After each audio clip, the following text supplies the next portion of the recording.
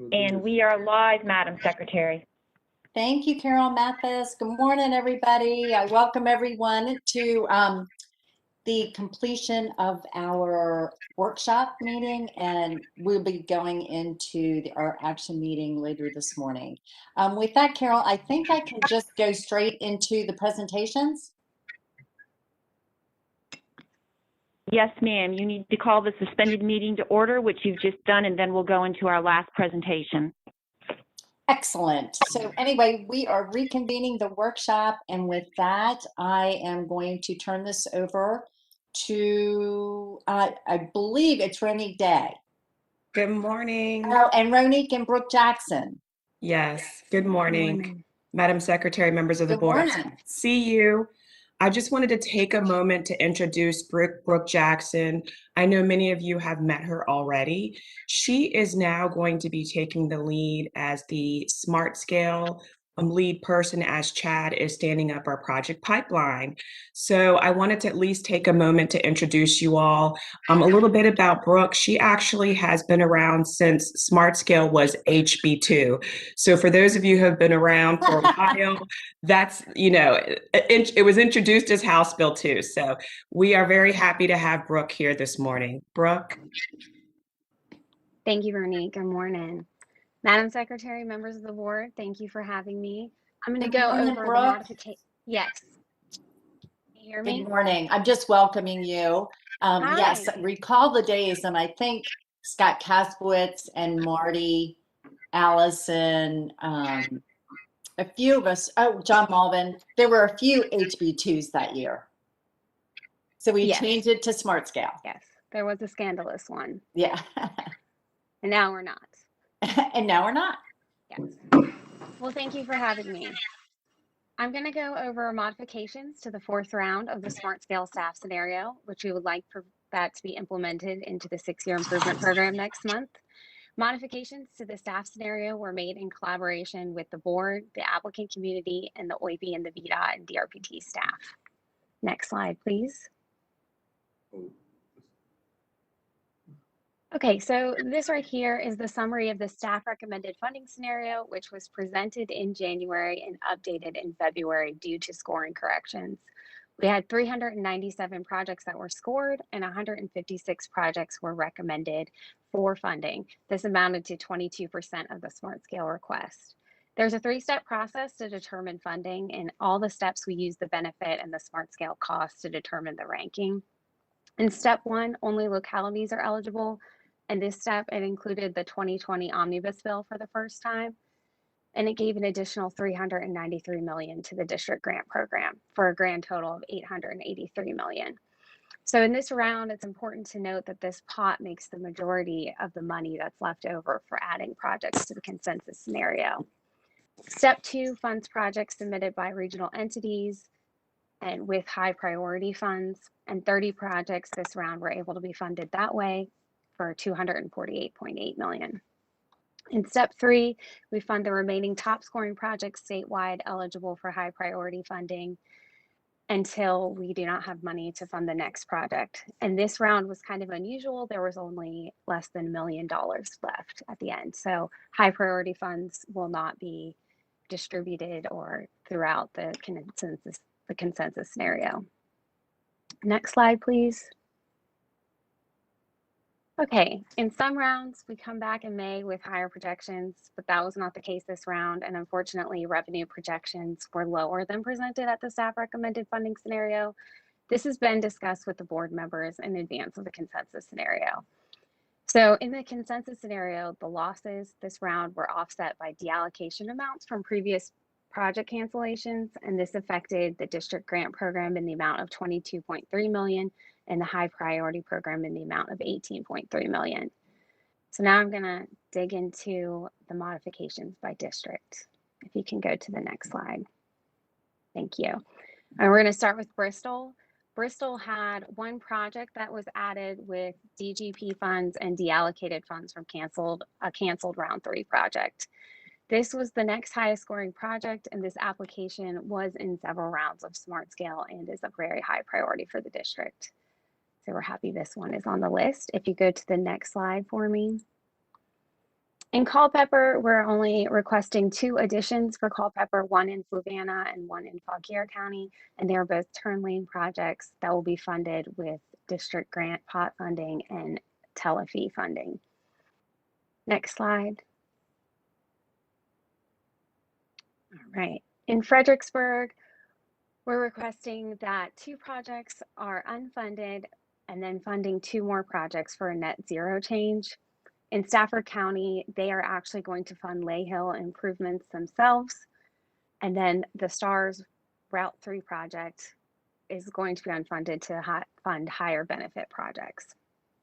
We're requesting that 2 projects get funded with DGP and deallocated funds from previous projects. Shelton Shop improvement in Stafford County will be funded to a reduced amount because revenue sharing money was allocated to the project after the application was created. So that allows for the money to be available to cover that. The other is an innovative intersection in Richmond County. Next slide, please. So Hampton Roads. This one is pretty straightforward. Using DGP, the request is to fund projects down the ranking line that got skipped in the updated scenario. They were funded in the first staff recommended funding scenario. If you had seen on slide 2, there was over $45 million left in DGP. And additionally, there was some small amount of funding available that we could fund the Southampton High School US 58 crossover project, or the Route 179, excuse me. Next slide, please. All right, so this is in Lynchburg. We're recommending adding 2 projects, but we're using the help of Candler's Mountain Road interchange improvements. It's going to add money to the DGP pot by accelerating the start date, which reduces the overall cost. So with it being paired with an SGR bridge replacement, we're able to speed up the project so that funding could be freed up. So in this request, we're requesting that 2 projects get added in the Lynchburg district. It's 2 intersection improvements, one in Nelson County at the entrance of the Lock-in Festival, and one in the city of Lynchburg for continuous green tea. This also will require the use of deallocated funds. So we're using DGP and deallocated funds from canceled projects from Round 3. Next slide, please. In Northern Virginia, we're looking to unfund Upper King Street multimodal reconstruction, but this is due to a cancellation by the city of Alexandria. With that, the goal was then to fund the next highest scoring project to a reduced amount. This is due to a shortfall in the district grant pot that was available in the SMARTSCALE request. So the Fairfax County is going to be putting in $6 million to fund this shortfall. So then we were able to reduce the SMARTSCALE request to $54.3 million. So we have a net zero change in the Nova district. Next slide, please. In the Richmond district, the recommendation is to unfund 4 projects and fund 4 projects for a net zero change. We're requesting that 2 trail projects, 1 streetscape, and 1 roundabout project get funded in order to fund, if you can go to the next slide. We're going to fund 4 projects, and these funds will be allocated to applications that make up pieces of the Ashland to Petersburg Trail, which is now known as the Fall Line Trail. Additionally, Hanover, Henrico, Chesterfield, and the city of Richmond have committed another $14 million in local funds to partner with the state to create 2 significant contiguous segments on the trail. Next slide, please. There are no changes proposed in Salem, so we can skip to the next. All right, and lastly, the Staunton district and the proposed modifications we have here are to unfund the City of Waynesboro project. This was the last project funded in step 1, and then replace it with the one that was just below that, and that was the Woodstock Ox Road project, which is $5 million, just below the funding line. And this leaves an additional $1 million to fund the Route 7 STARS access management projects in Frederick County. Additionally, I did think that it was worth noting that there was a lot of public interest around the exit 317 improvements on I-81. This is a northbound ramp realignment to Redbud Road. This project will be part of the I-81 corridor program. And VDOT will begin a study using I-81 pre-scoping funding to determine how and when to address this issue. So it will be a part of that program. Next slide, please. All right, this table displays the summary of the final consensus scenario. We ended up adding 11 projects to the staff scenario, and this also added $101 million to the allocation from the original staff scenario. All right, next slide. I'm going to go over a little bit of preliminary feedback that we've gotten, just give you guys a heads up of what we have coming down the line, but that's pretty much it for the staff scenario.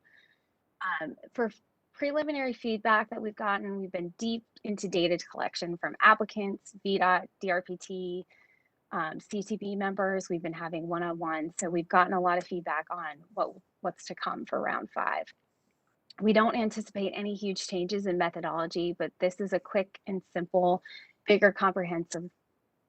It's a look into the comprehensive plan that we're going to provide in this fall and the summer. So the first thing is looking at the environmental measures again.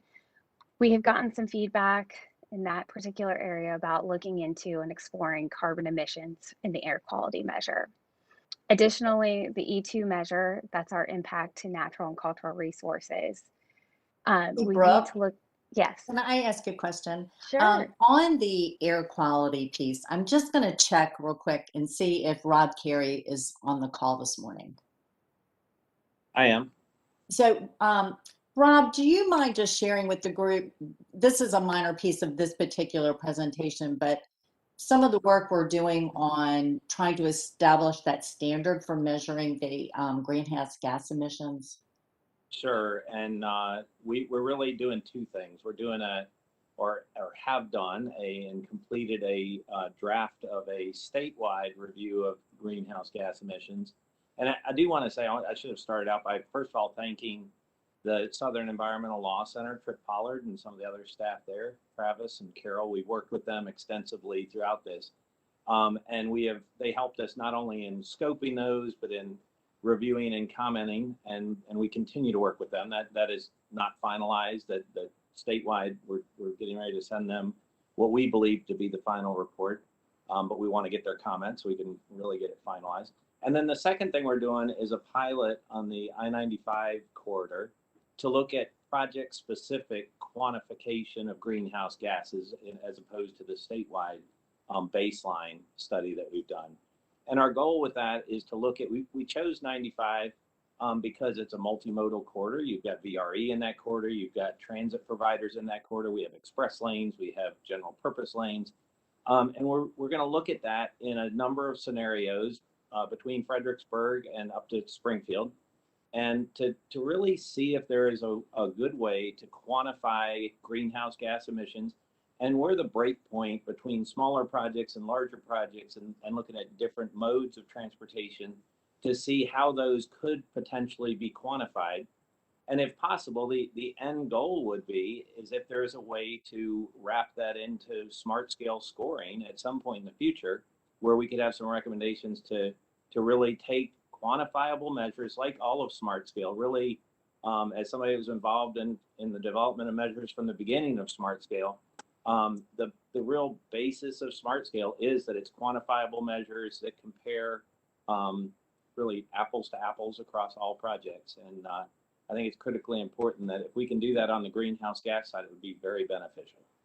So I didn't mean to interrupt, but I know that we are working on this piece and it seems like many things are converging. I just wanted the board to be aware of this, something we can follow up later, but just wanted to interject that. Thank you, Brooke. Yeah, that's perfect. The second thing is the impact to natural and cultural resources. This was a little bit of a controversy this round because this was the measure that we actually made our correction on. But we're looking at what could possibly be a 0 and not a negative score on projects, but we're going to create a environmental working group to kind of help hone in on E2 improvements that we could do. But 0 impact score projects could be anything from projects happening that are within the right of way to a NEPA analysis that was completed that determined there was no environmental impact. So we're just gonna refine and hone in on a better way to do E2.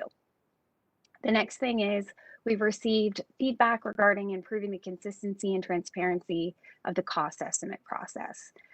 We also plan to engage Mitch Ball in this process in his new role as the VDOT Director of Estimating in the newly formed VDOT Cost Estimation Office. So we really want to make sure that we have covered the gamut to make sure that we're being transparent with these cost estimates that come through our office. The last thing on the list is timeline adjustments. We are planning on opening the pre and the full application process at the same time, but we're looking into possibly closing it a little bit earlier this round, just to give a little bit more time for validation of the applications and the scoring of the applications, just to really hone in on a solid earlier QC this round. And next slide, please. So what's next? We're asking the CTB to approve the consensus scenario via a resolution that will be presented later today.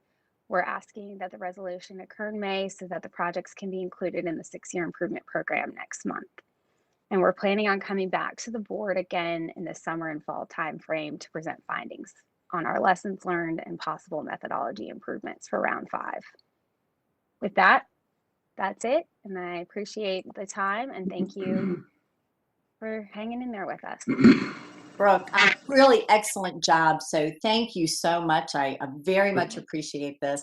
It's my understanding that all the CTB members have contributed to any of the modifications in this report. So that part, I thank you for all that preliminary work because it does make all of our lives easier. I will just ask that in Staunton, Mr. Merrill, and maybe Kim Pryor, you know, there was a great deal of public comment regarding 317, exit 317. Want to make sure that all those who contacted us is aware that it is now going to be addressed. Thank you, Madam Secretary. When I had a conversation with Randy Kaiser and he worked with Kim and Mr. Donahue, and they said it appeared that there would be a way to get the 317 exit ramp funded. I have spoken with the chairman of the board of the supervisors, Mr. Haven. I spoke with Judy McLean Slaughter, who is head of the transportation committee, and also spoke with Chris Tierney, who is the county administrator, and indicated to them that it was we were not across the goal line, but we were in the red zone, and we had a first and goal, and so it was highly likely that it would be included in the plan. So I appreciate the flexibility to get that funding. Frederick County, as you may have known, they submitted $60 million worth of SMARTSCALE funding, and on the initial review got $0, and they were extremely upset. Obviously, that they saw most of the money going into the southern part of the district, which I appreciate.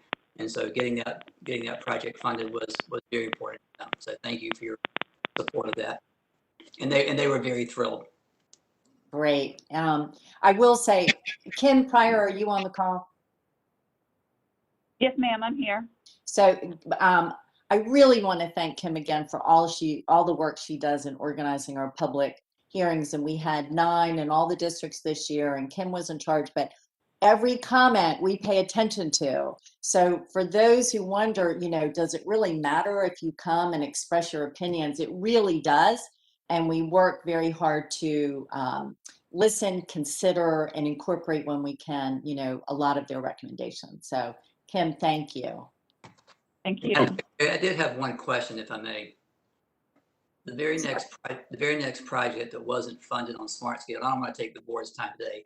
The very next project below the 317 exit ramp on SMARTSCALE that was not funded was another very high visibility, high economic impact traffic congestion. So as we learn information, I'd just be curious, how can I try to petition to find some additional funds to help get that next project funded? I don't want to take your time today, but just, I know that I saw yesterday there's like these special structures funds and some other things. Are there any of the avenues that I could pursue with the department to see whether or not there are any funds remaining that could be allocated? It's like a $6.5 million project. So, that is something that we can continue to work on. just like all the members of this board. But you're doing your job, Mr. Merrill. That's the important thing. So if there's a way, I can tell you that the team we have will do everything they can to help. So They've been very helpful. great. All right, with that, questions, comments from the board? Yep. Madam Secretary, this is Bert Dodson. Dodson? Fine. Brooke, I just want to say one thing, just want to clear up any confusion on the Lynchburg proposed modifications. The Green Tea project, which is near the Moulton Museum, is in the town of Farmville. I didn't want people to get confused if there's a typo. You said it was in the city of Lynchburg. So I just want to kind of confirm that. I mean, yeah, great presentation. Great presentation. Another question, I think I already know the answer. The multi-district, the 50 million, I imagine that's the rail access to the New River Valley through Roanoke. Is that's what that 50 million is for, Madam Secretary?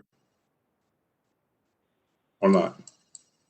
I'm not sure. It is. The multi-district is the rail project. Once we moved off that, I don't want to speak out of turn. Thank you, Brooke.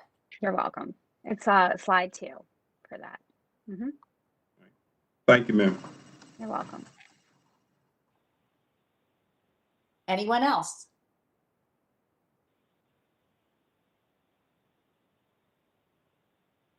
Wow. Okay. Well, Brooke, I thought you would get a lot of questions.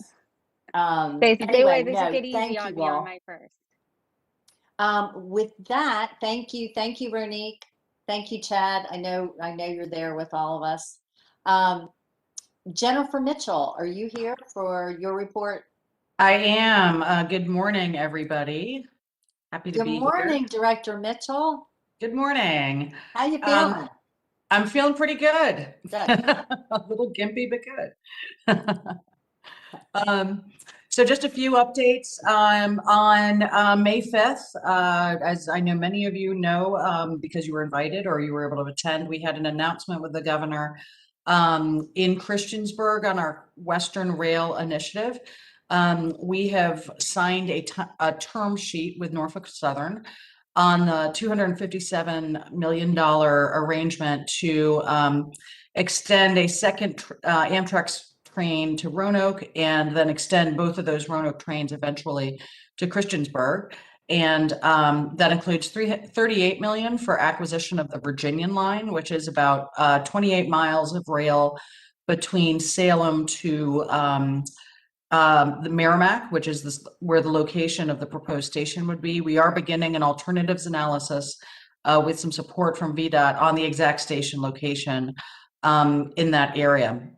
It would also include about $219 million in infrastructure improvements, which would include improvements at the Roanoke Yard for NS, also a 7-mile siding between Nokesville and Calverton, which is going to create a continuous 22-mile corridor between Manassas and Remington.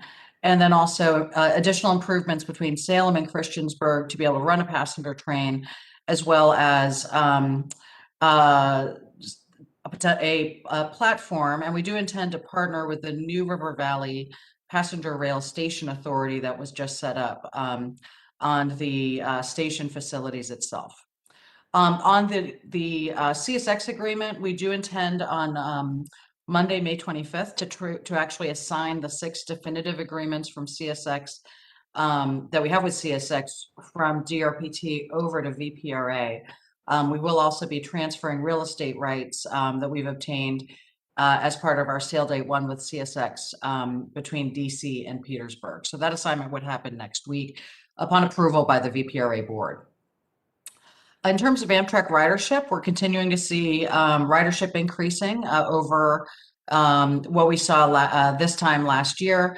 Amtrak is lifting their 50% capacity restrictions in May, and that will include the capacity restrictions that they have on all of their throughway buses as well. And on June 7th, they'll be fully restoring all of the long distance routes in Virginia, which includes the Crescent, the Palmetto, the Silver Meteor, and the Silver Star service. Our April ridership for 2021 is about 54% of where we were in April of the pre-pandemic levels. However, we're starting to see a very significant increase month over month. So our ridership in April was almost 8,000 riders more than it was in March. So it's about a 27% increase. So we're excited to see those increases happening. We're also starting to see increases in our 7-day moving average for bookings. We're now down at about 21% for bookings of where we were for pre-pandemic levels, but those are starting to increase as well. So all very good signs that our ridership is beginning to bounce back as service continues to get added. Overall, we are at still about 54% of the same month in the pre-pandemic level, so April of 2019. But again, increasing over where we were in the past. That our strongest route in terms of its comparison to 2019 is our Newport News route, although the Roanoke route is about 50% of where it was in the pre-pandemic level. On the transit side, we're beginning our transit equity and modernization study, which came out of the General Assembly session last year with some legislation sponsored by Delegate McQuinn. We've just brought a consultant on board and expect to begin that very, very soon. We are also still conducting our Springfield to Quantico Enhanced Public Transportation Feasibility Study. Again, this was something that came out of the General Assembly session of last year and is due by the end of this year to the General Assembly. And that's a feasibility study looking at a range of public transportation options between the Franconia Springfield Metro and the Quantico Marine Base in Prince William County. That'll be looking at express bus services, VRE expansion, BRT, or a potential extension of Metro Rail as well. We had a public meeting on May 4th, and we are continuing to accept public comment through the summer.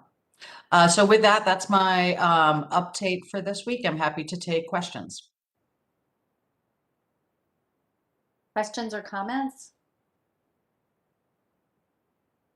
I will simply say thank you to so many members of our team who contributed to making the announcement on May 5th for the Western Rail Initiative such a success. It was one of the windiest days I have ever actually been outside. It was really brisk and blowy. I'm sure those of you remember. I really want to thank DJ Stadler for making it over to Christiansburg that day. That was just really great. Mike McLaughlin, Chief of Rail, our entire team, John Lawson was over there, Amy White, and just so many members of DRPT who really contributed to an amazing event. It's been a long time coming. It's been a dream for many, many years. New River Valley has not had rail service since 1979.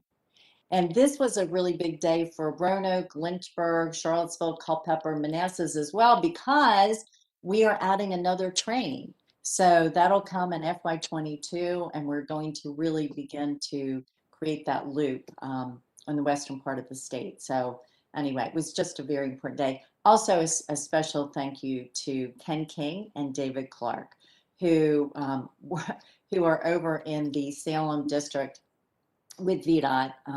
Ken King is the district engineer, and David Clark runs the residency there in Christiansburg, and we could not have survived the day without them. So it was just, really was just kind of all hands on deck. So thank you, and Mr. Smoot, thank you for being over there and representing the CTB. It was just a very good day. A lot of commitments came full circle that day. Okay, Commissioner Britch. Madam Secretary, I'm going to keep my comments brief this morning. I only have 2 items to bring before the board, and we will certainly have a much broader update at the June meeting.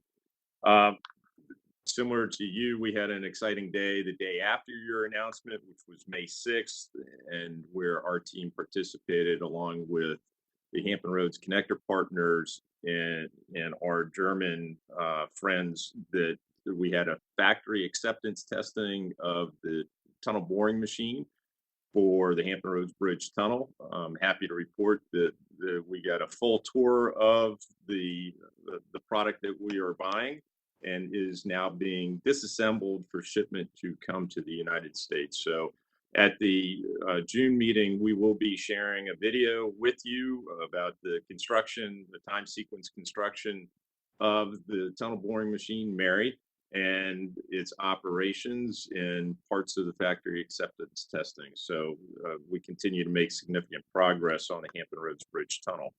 And only my second update would be with regard to the letter that Madam Secretary, you received, as well as members of the Commonwealth Transportation Board, on May 7th with regard to the American Concrete Pavement Association.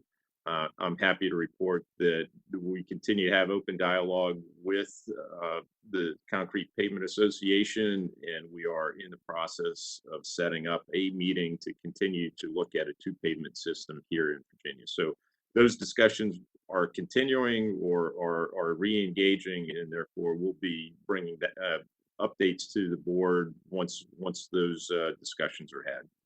So, Madam Secretary, that's all I have for this morning. Thank you, which sounds really funny because I know all the things you're working on. Madam Secretary, this is It Scott. could take a full plate. Yes. With a question for the Commissioner. Hey, Yes. Commissioner, when you're looking at the variables relating to asphalt versus concrete, can I ask that you look at the carbon emissions that would come from the selection of either product as well? Certainly put that on the table for conversation between the two systems. Yes. Yeah, I know there's life cycle benefits that come from concrete, but concrete's also one of the largest single categories in greenhouse gas emissions worldwide. It'd be interesting to compare them over a typical project given a 40 or 50-year life cycle. We'll certainly take a look at it. Yeah, I wonder, I'm going to bet Kathy McGee and the Research Council might be very helpful with that. I agree. Thank you. Thank you. Anybody else? Madam Secretary, I had a question for the Commissioner. Sure. Our jurisdictions here have stopped recycling glass, and they are both Winchester, Frederick County, and I believe Clark County are now re-examining that to see if they can do crushed glass to be used for any type of paving or work. Is that who would I go to try to find out if that's even possible? Because I think about buying a glass crusher, so they don't just recycle. And they want to know if the crushed glass can be used by VDOT for any of their highway work.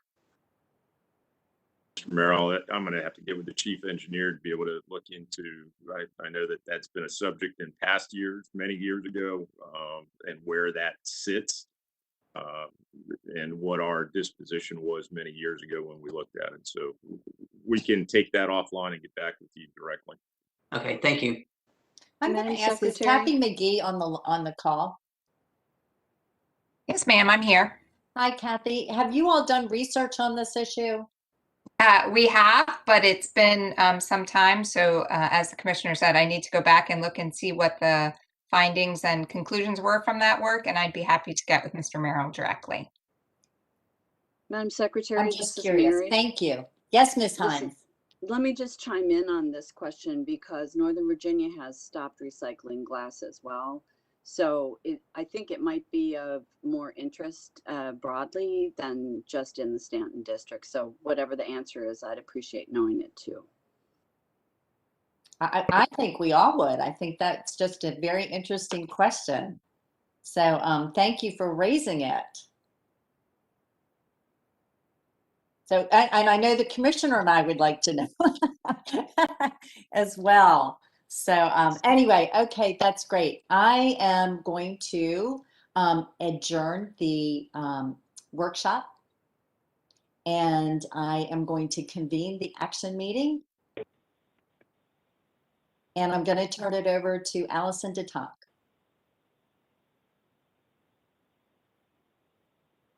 Thank you, Madam Secretary. In light of the continuing state of emergency declared by Governor Northam, where it is impractical or unsafe to assemble a quorum in a single location, I move that we adopt this agenda to take action to discuss or transact the business statutorily required or necessary to continue the operation of the Commonwealth Transportation Board. Second. I'm just going to pause for a second. That may be the last time we hear those words. Please indicate your approval with the roll call. Mr. Dodson, Yes. Ms. Hines, Yes. Mr. Johnson, Aye. Mr. Kasperlitz, Aye. Mr. Malvin, Yes. Mr. Merrill, Aye.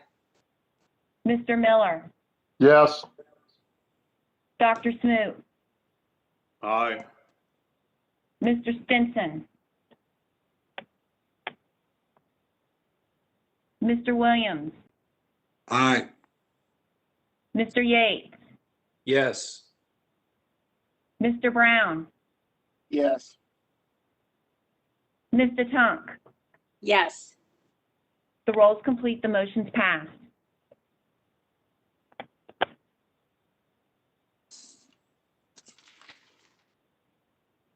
Sorry, I was pulling up the agenda. Okay, I'm here. Carol, do we have any public comment this morning? Hey, good I'm morning. going to ask Justin to weigh in on that. Sure, thank you. Good morning. I can confirm there is no public comment at this time. Okay, well, Justin, it's good to hear your voice. Yes, ma'am. Good morning. Good morning. Okay, do I have a motion on the minutes? So moved. Second. Any further discussion? Please indicate your vote with the roll. Mr. Dodson, Yes. Ms. Hines, Yes. Mr. Johnson, Aye. Mr. Kasperlitz, Aye. Aye. Mr. Malvin, Yes. Mr. Merrill, Aye. Mr. Miller, Yes. Dr. Smoot, Aye. Mr. Stinson, Mr. Williams, Aye. Mr. Yates, Yes. Mr. Brown, Yes. Ms. Tunk. Yes. The roll is complete. The minutes are approved. Thank you, Carol. I will tell you that Mr. Stinson did contact me this morning and is not able to attend. Okay, could we move the agenda on the screen? Okay, good morning. Robbie Prezioso, sorry. Good morning, Robbie. Good morning, Secretary Valentine. Good morning, members of the board. Madam Secretary, this is Carlos. I'm sorry. I have a conflict that is going to pull me away for a meeting at 10. And I did want to be, well, I guess we're not necessarily voting on the changes to the SMART scale plan this morning. That's going to be, or do we have to vote on that this morning? I wanted to be present for that vote. Okay, well, we're happy to move that up. Yeah, I was going to ask if I could do that. Okay, let me look at the schedule. Okay. Thank you, Mr. Brown. We'll go through this and then we'll look. Thank you.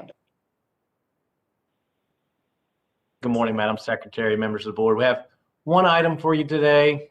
This is the commemorative naming of the Richard E. Dickey Abbott Memorial Highway. This is a section of Route 603 in Halifax County. It's just west of Route 501 in the community known as Republican Grove. Mr. Abbott was a 41-year member of the Halifax County Board of Supervisors. And the Board of Supervisors has passed a resolution supporting this naming. He was an active member of his local church as well as some of the local community groups. And Mr. Abbott was also the first person inducted into the Halifax County Sports Hall of Fame because he was an avid ball player, a baseball player, and a fan. At this time, the department doesn't know of any objections to this, and we recommend approval. Great. Mr. Dodson. Yes, Madam Secretary. Yeah, it seems like a really fine fellow. Anybody spent 40 years in local government probably needs two naming opportunities. But I would obviously propose the motion to accept their their desire to honor his life and contributions for Mr. Abbott. Second. I'll take that as a motion. That is the motion. Do we have a second? Jeff did it. Second. Please indicate your approval with the roll. Ms. Hines, Yes. Mr. Johnson, Aye. Mr. Kasperlitz,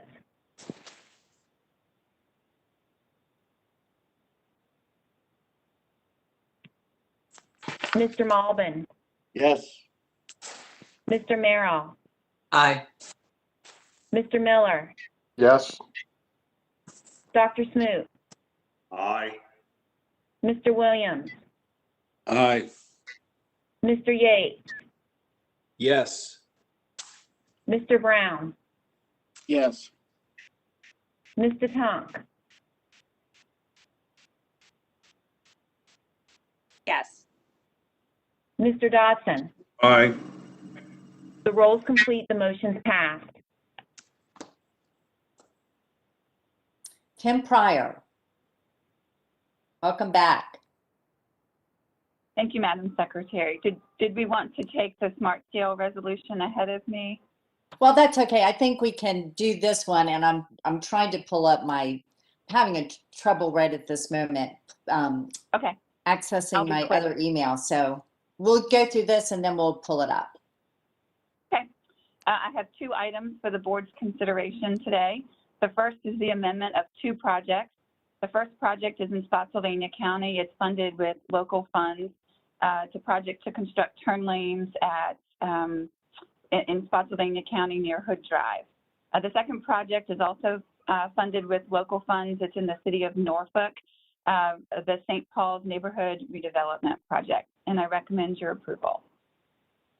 The second item is my normal monthly transfers, and I also recommend approval. Do I have a motion? Secretary, I move Yes. approval. Second. I move approval. Any further discussion? Please indicate your vote with the roll. Point of clarification, Madam Secretary, was the motion for both resolutions 2 and 3? Yes. Yes. We're taking them as a block. Okay. Mr. Johnson, Aye. Mr. Kasperlitz, Aye. Mr. Malbin,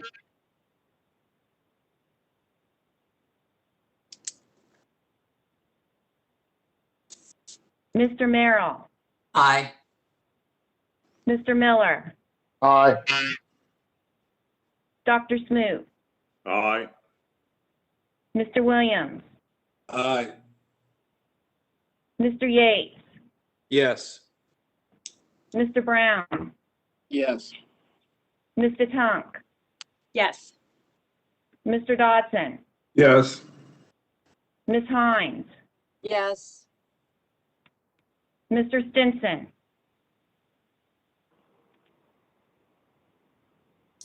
The roll's complete. The motions have passed. Thank you, Carol. So is it possible to bring up, I believe it's item 9. Brooke Jackson? Yes, I'm here. A minute, turning on my video. Okay, good morning. I have one item. Hi again. One item that I'm asking for a vote on the resolution for adoption of the SMARTSCALE recommendations for preparation to the final fiscal year 2022 to 2027 6-year improvement program. All the modifications were made in collaboration with the board, OIP staff, VDOT staff, DRPT staff, and the applicant community. The consensus scenario was outlined in the presentation made earlier this morning, but it is also in an attachment in the resolution outlined there. The Office of Intermodal Planning and Investment recommends the approval. So moved. Second. Second. Any further discussion? Please indicate your vote in the roll.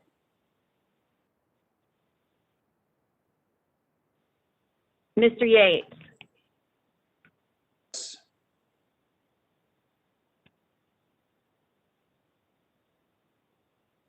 Mr. Yes. Brown, Yes.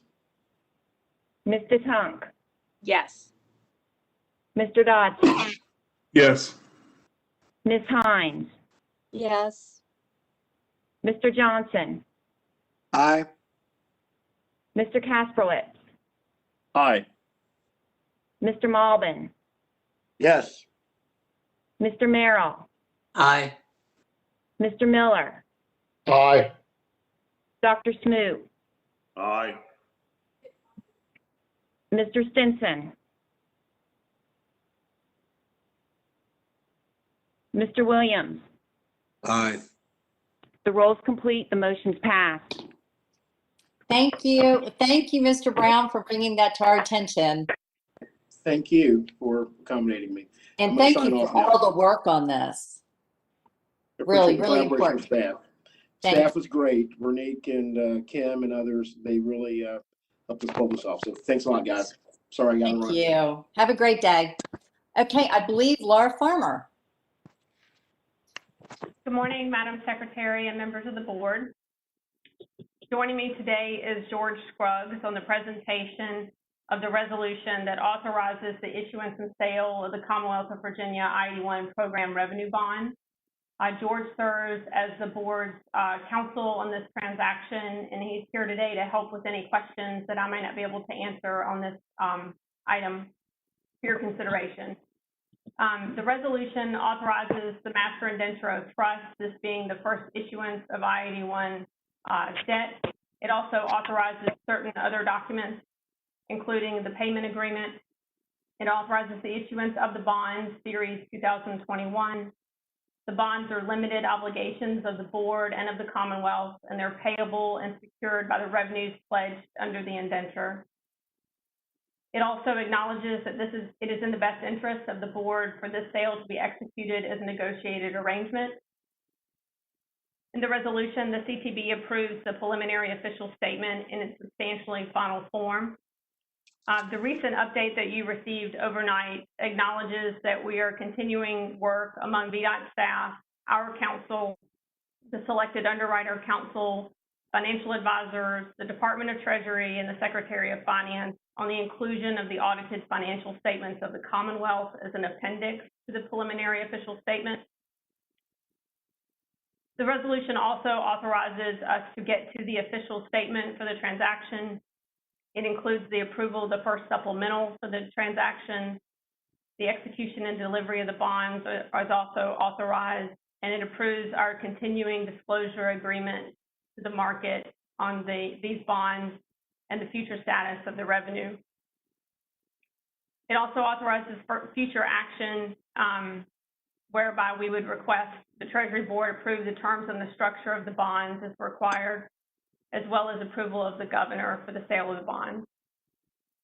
It also includes an official intent to reimburse expenditures incurred by the department for this transaction. Based on current market conditions, the TIC anticipated today, if we were to sell, would be 2.73% with a last maturity in 2057. It is anticipated that these bonds would support Project 116203, which is adding a lane in each direction from mile marker 136 to 139. This is a project that you recommended for award at the April CTB meeting. With that in mind, I'll take any questions that you might have on the resolution.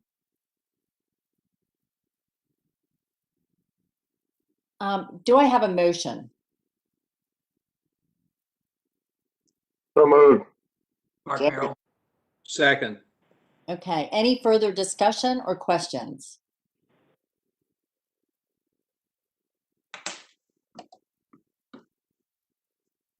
Okay, well, Laura, you did a very good job. Thank you. Thank you. Please indicate your vote with the roll call. Mr. Merrill, Aye. Mr. Miller, Aye. Dr. Smoot, Aye. Mr. Stinson, Mr. Williams, Aye. Mr. Yates, Yes. Mr. Brown, Mr. Tunk, Yes. Mr. Dodson, Aye. Ms. Hine, Aye. Mr. Johnson, Aye. Mr. Kasprowitz, Aye. Mr. Malbin, Yes.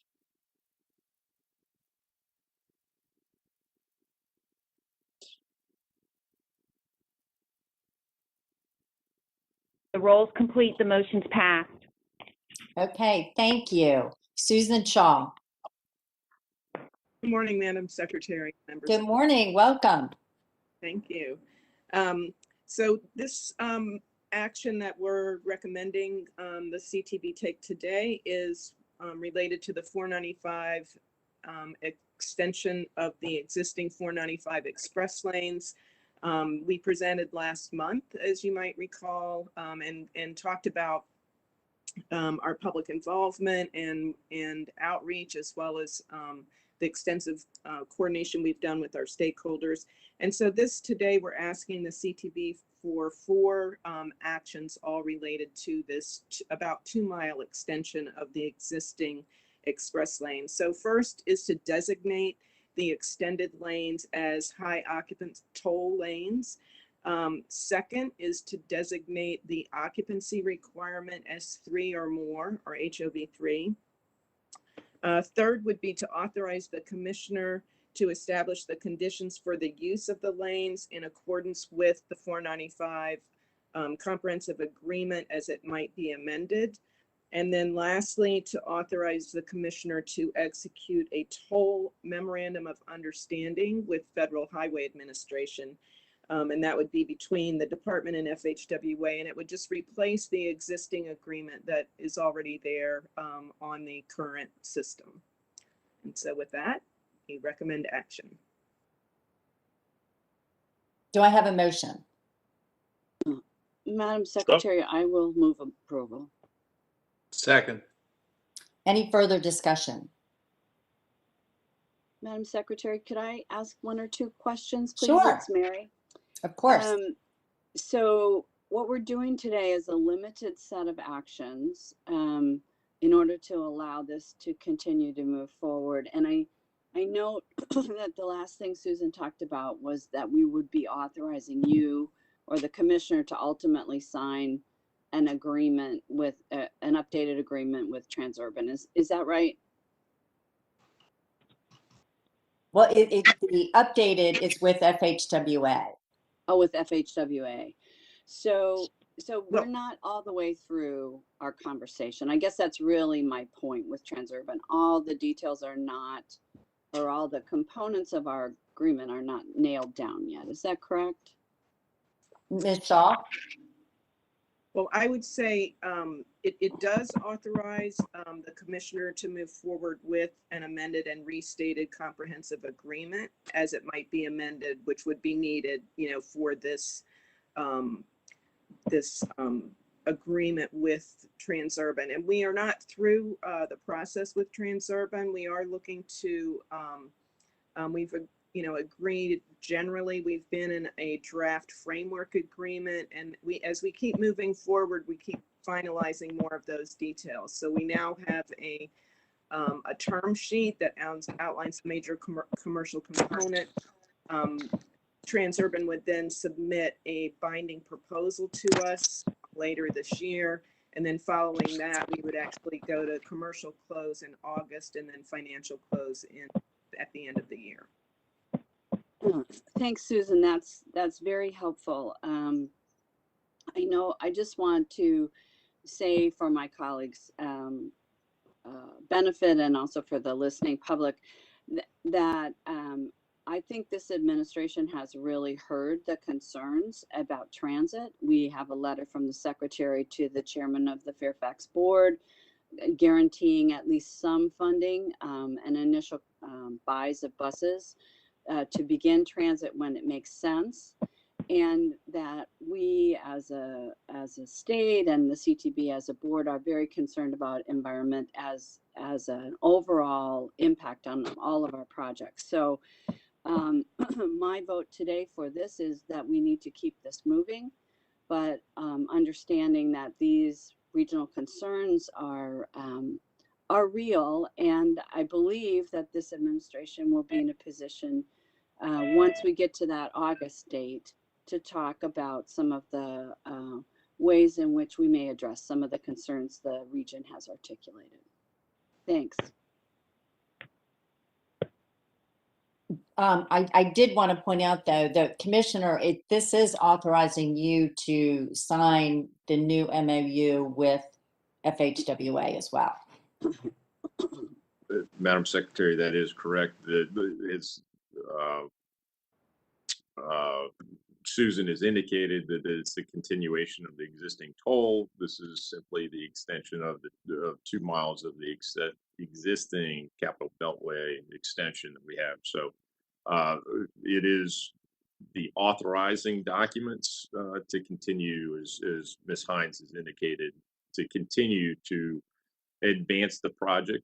As Susan also has indicated, we do have a number of steps before we have a final agreement with Transurban. It's not a done deal yet, but we're advancing that in a timely fashion. As she said, binding proposals are due in June, with a planned or proposed planned commercial close in August timeframe. And I mean, separately, I would just note that, you know, none of this can be done without getting all of the appropriate regulatory approvals. We have recently received a concurrence with a de minimis impact from National Park Service for their impacts on the George Washington Memorial Park. And we've also received a similar concurrence from Fairfax County Park Authority for the impacts on Scott's Run Preserve. So, you know, we're continuing to get all of the regulatory approvals that will go along with the work that we do and the agreement with Transurban. Okay, thank you both. And Ms. Hines, thank you. Anybody else?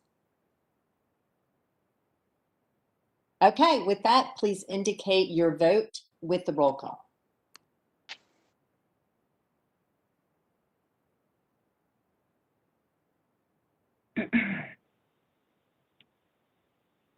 Mr. Merrill, Aye.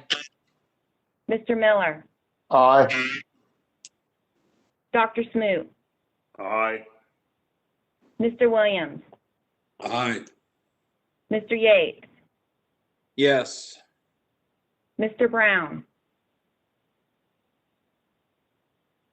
Ms. DeTonk, Yes. Mr. Dodson, Aye. Ms. Hines, Yes. Mr. Kasperlitz, Aye. Mr. Malbin, Yes. Mr. Stinson. The roll is complete. The motion's passed. Madam Secretary, Yes. this is Mr. Johnson. I just wanted to, I wasn't asked about voting on this one. I just wanted to confirm that it is an aye on my position. I'm so sorry, Mr. Johnson. I thought I called you right after Ms. Hines. My apologies. Sorry. Thank you. Mr. Stinson, were you able to join us?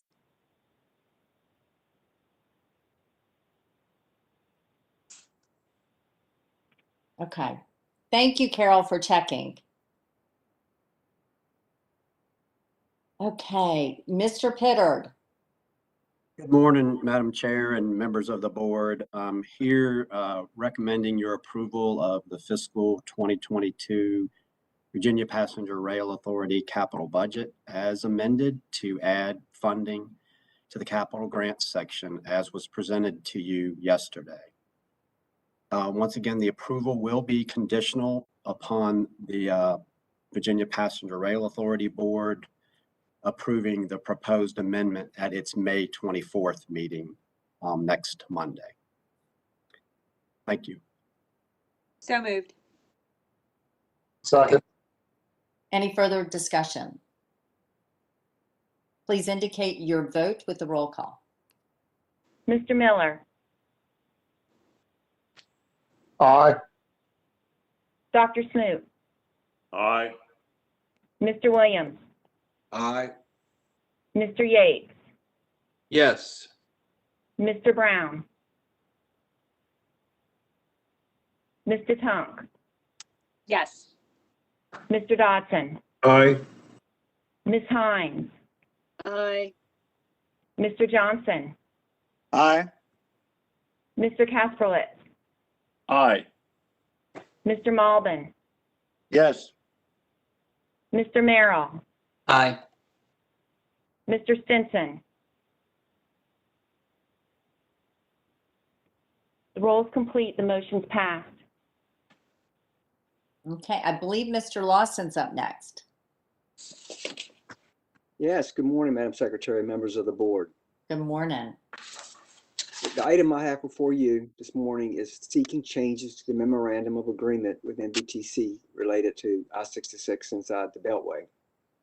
This MOA was last amended in January of 2020 to include provisions for the potential use of toll revenues to fund rail components, and as part of that update, some language was unintentionally incorporated that overly constrains the amount of toll revenues that can be used for related CTV issued debt. This third amendment and restated memorandum of agreement incorporates technical amendments to remove this unintentional restriction and to require that at the time related bonds are sold, the projected revenues must demonstrate the ability to service the debt and make the planned NVTC payments. We have discussed this issue with NVTC and they concur, and the Commission has already approved the changes on May the 6th of 2021. I now request your approval of the resolution before you approving the changes incorporated in the third amended and restated memorandum of agreement and authorizing the Secretary, Commissioner of Highways, and the Director of the Department of Rail and Public Transportation to execute the amended and restated MOA. I'd be glad to take any questions. Madam Secretary, I'd move approval. Second. Any further discussion? Please indicate your vote with the roll. Dr. Smoot, Aye. Mr. Stinson, Mr. Williams, Aye. Mr. Yates, Yes. Mr. Tunk, Yes. Mr. Dodson, Aye. Ms. Hines, Aye. Mr. Johnson, Aye.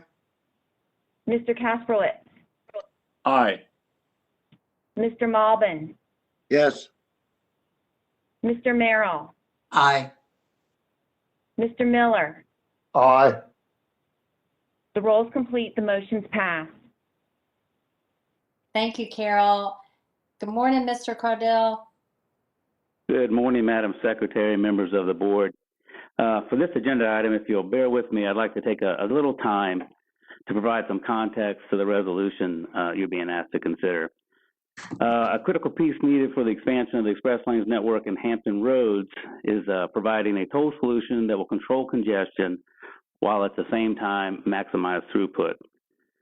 So back in October of 2020, an RFP was released for the toll collection services for segment 2, which is a 14-mile segment that would expand the existing Express Lanes network from 9 to 23 miles. Segment 2 is bound by 664 at Bowers Hill to the west and Interstate 264 Virginia Beach Expressway to the east. In mid-December 2020, 3 proposals were received, and after an extensive negotiation period, an offer who is qualified and provides the best value to the Commonwealth has been selected and is being recommended to deliver this toll solution. The procurement file has been reviewed by the Attorney General's Office and VITA, and a notice of intent to award has been posted. It was posted the 17th, which was Monday. The initial scope of the work considers segment 2, but options exist to expand the tolling solution as the network grows. And this would include absorbing existing segment 1, which are the reversible lanes, HRB2, which would be segment 3, or I'm sorry, HRBT, which would be segment 3, and segment 4 on the Peninsula, Newport News, and Hampton side. The resolution being asked to consider is providing the Commissioner with the authority to expedite the award and execute an agreement with the offer once the notice of intent award period has concluded and all necessary documents are in place. Allow the Commissioner to exercise options as the expansion occurs with the network and allow use of previously authorized TIFRA funds to cover the implementation cost of Segment 2 tolling solution. So you can imagine this is critical that the timing be in place when the construction of Segment 2 is complete. The tolling solution has to be ready, tested, and ready to be turned on. We do not want a gap here. The implementation schedule that we had in the RFP was very aggressive to start with, and waiting just 30 days until June puts the current December 2022 toll day 1 date at risk. So I'm hoping that this provides a little basis, and willing to take any questions from the board or you, Madam Secretary. Do I have a motion? Make a motion. Second. Any further discussion?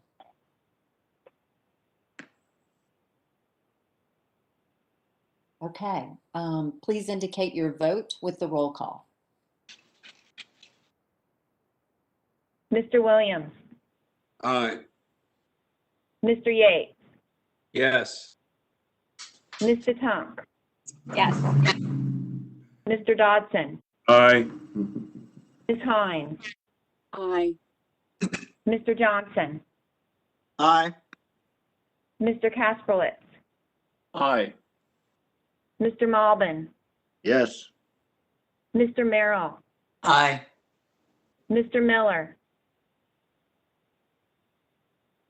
Aye. Dr. Smoot, Aye. Mr. Stinson. Aye. The roll is complete. The motion's passed. Thank you. I believe Robbie Prezioso is up. Yes, ma'am. Hello again. Hello again. Madam Secretary, members of the board, we have one maintenance contract for you to consider today. It is for a maintenance services activities contract in the Staunton district. We had 3 bidders. Low bid was just above $5 million to DBI Services. This is a 2-year contract with 4 2-year renewables. It covers maintenance activities such as emergency response, guardrail repair, pothole patching, debris removal, mowing and litter pickup, bridge deck cleaning, sweeping, as well as support for snow patrols and queue management on the interstate.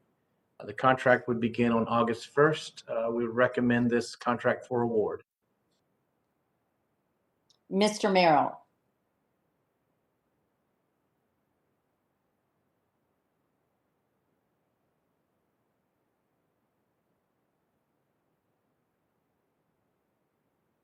Mr. Merrill, are you still here?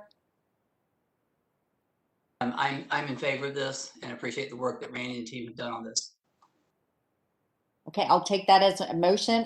My computer went out for a second, so that you could have said that. So we have a motion. Do I have a second? Yes, I would make a motion to approve this award.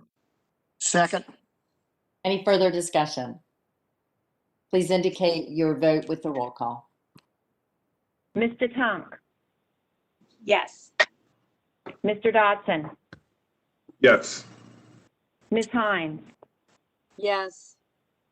Mr. Johnson, Aye.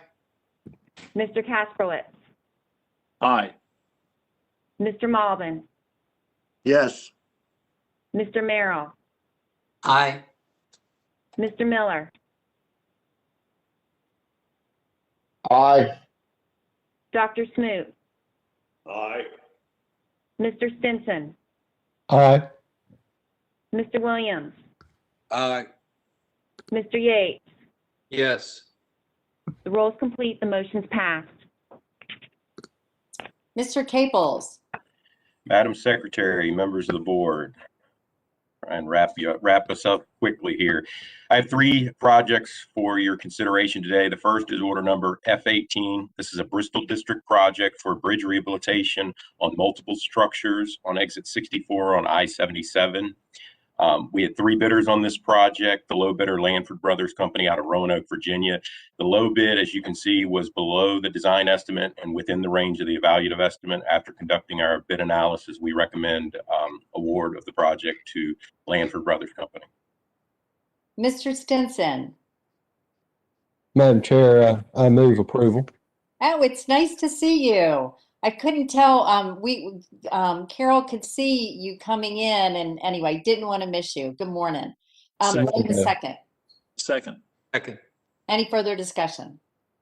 All those in favor or opposition, please indicate with the roll. Mr. Yates, Yes. Mr. Williams, Yes. Mr. Stinson, Yes. Dr. Smoot, Aye. Mr. Miller, Aye. Mr. Merrill,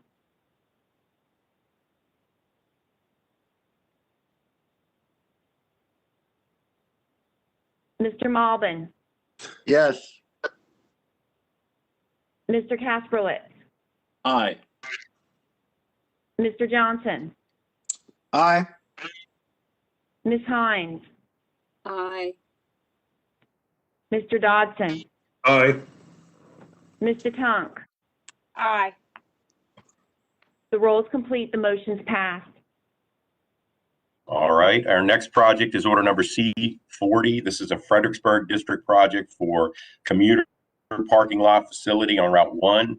We had 5 offers on this project. The low bid from Allen Myers VA. After conducting, as you can see, again, this is the bid is below the design estimate and within the range of the evaluative estimate. After conducting our analysis, we find that the bid represents market value as well as a good value for the Commonwealth, and we're recommending award to Allen Myers VA. I move approval. Second. Any further discussion? Please indicate your vote with the roll. Mr. Dodson, Aye. Ms. Hines, Aye. Mr. Johnson, Aye. Mr. Kasperlitz, Aye. Mr. Malbin, Yes. Mr. Merrill, Aye. Mr. Miller, Aye. Dr. Smoot, Aye. Mr. Stinson, Aye. Mr. Williams, I would need to abstain based on a long-standing business relationship with the contractor. noted. Mr. Yates, Yes. Mr. Tunk. Yes. The roll is complete. The motion's passed. With that, that brings us to our last project for today, for consideration today. This is a Bristol District project on Interstate 81 at mile marker 48 for northbound acceleration lane extension project. It was a design build project. It was a single phase, so it was just a low bid. There wasn't the technical component to this project, but we had 5 offers on this project. The low bid from A&J Development and Excavation Inc. out of Mount Crawford, Virginia. As you can see, the bid was below the design estimate and the range of the evaluative estimate. After conducting our analysis, we find that it represents both market value and a good value and are recommending award. Mr. Stinson. Madam Chair, I move approval. Second. Any further discussion? Madam Secretary, just a question. Harold, can you tell us what the other bids were and were they grouped near the low bid? Yes, sir. There were 5 bidders. The low bidder, as you can see, the second bidder was W&L Construction and Paving at, I'm going to round numbers, 8.6. Wright Brothers Construction Company at 8.6. Summers Taylor at 10.1 and Blythe Development at 12.8. And I guess our reviews showed that the difference for the low bid versus the design estimate, do you have an analysis of that? I can share. What I can tell you is when we started advancing this project, we had core samplings on the project. They were dated, so we recognized that as a risk, but moved the project forward with that with those core samples, and it was making us a little more conservative than we needed to be. We did recognize that out the gates and commissioned some new core samplings in an effort not to delay the project. However, we continue to move forward with the estimate. As you can see, what I can tell you is that the new core data, we got that in a week before the RFP hit the street for this project. So it was available to all bidders during the bid process. And I know I've confirmed with the district that A&J Development and Excavation, Inc. Did review those documents, those new core samples, in preparation of their bid. Understood. Thanks, Harold. Yes, sir. I believe we have a second. Okay. So any other questions? Please indicate your vote with the roll call. Ms. Hines? Aye. Mr. Johnson? Aye.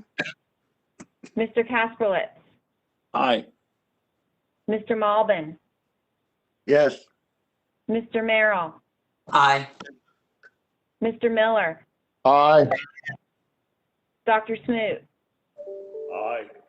Mr. Stinson? Yes. Mr. Williams? Aye. Mr. Yates? Yes. Ms. DeTonk? Aye. Mr. Dodson? Aye. The roll's complete. The motion's passed. Thank you. Thank you, Mr. Caples. Thank you, Madam Secretary. Is there any new business a board member may want to bring to our attention?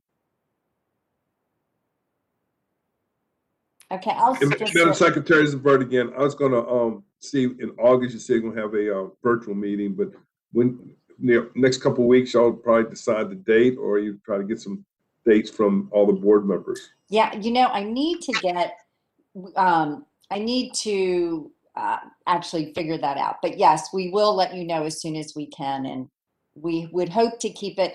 It's not set in stone that we do need it, but I just want to alert you, we may need a few votes, but it will be very efficient, and I will let you know as soon as I can. My suggestion would be set the meeting, and we can always cancel it rather than maybe wait longer and try, because everybody's got travel plans, I imagine, for August and et cetera. So thank you for you. Thank you. Madam Secretary, this is Shep. Yes, Mr. Miller. Good morning again. And so our meeting next month is in person only. Is that correct? I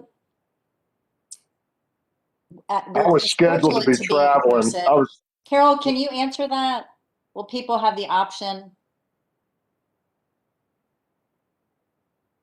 I think that's most likely, Madam Secretary, a question for the attorneys. I believe it has something to do if some different things we're operating under expire. But I don't think that I'm the person to answer that question. Julie Whitlock, are you there? I am. Hi, So, Julie Whitlock. Good morning. How are you? Fine. How are you? Good. So if you would like to have an in-person meeting, you can always allow, once you have a quorum assembled, you can always allow other members of the board to participate electronically and just go back to the traditional electronic meeting requirements. So yes, Mr. Miller, and what we'll do is, Carol, when we send out a meeting notice, it might be really good to know if certain people intend to, come in person, or whether or not they're going to do it virtually. Thank, Madam Secretary, thank you. I was scheduled to be traveling, and I don't want to miss the meeting. So if that is possible, it'd be great. And certainly want to be back in person anyway, but I just made those plans. So No, listen, I understand. So thank you for the question.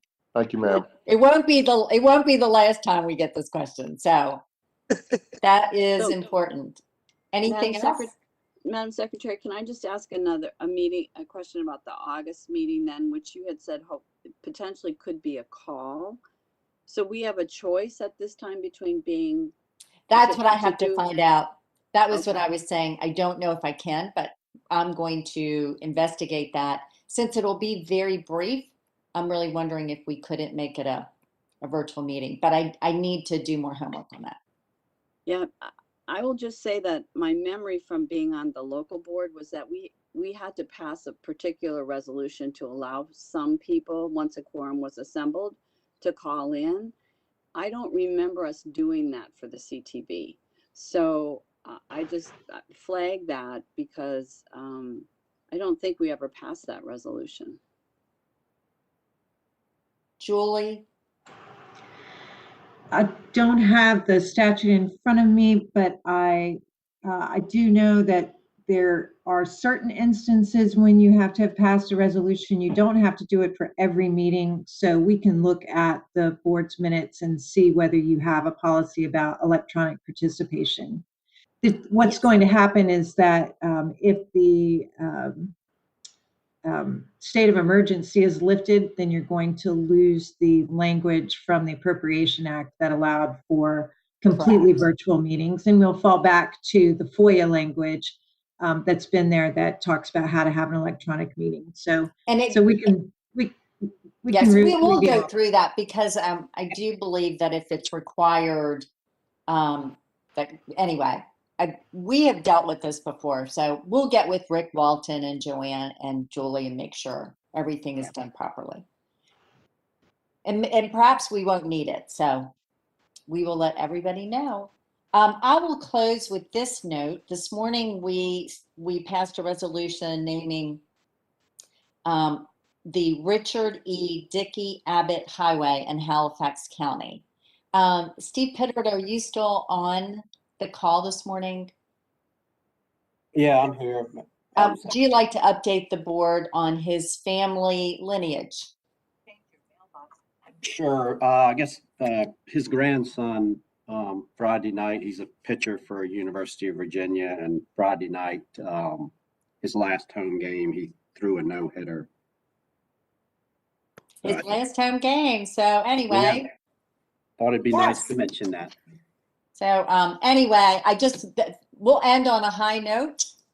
All good things. I really, really thank you all for your time and attention and all the work you put in. As Mr. Merrill said to me in an in-person meeting not long ago, we were over in Winchester. You know, this is a real working board and couldn't do it without you. I hope you all have a great day, and we'll let you know about the upcoming meetings. Thank you all. Thank you. Bye, everybody. Bye, everybody. Bye. Take care.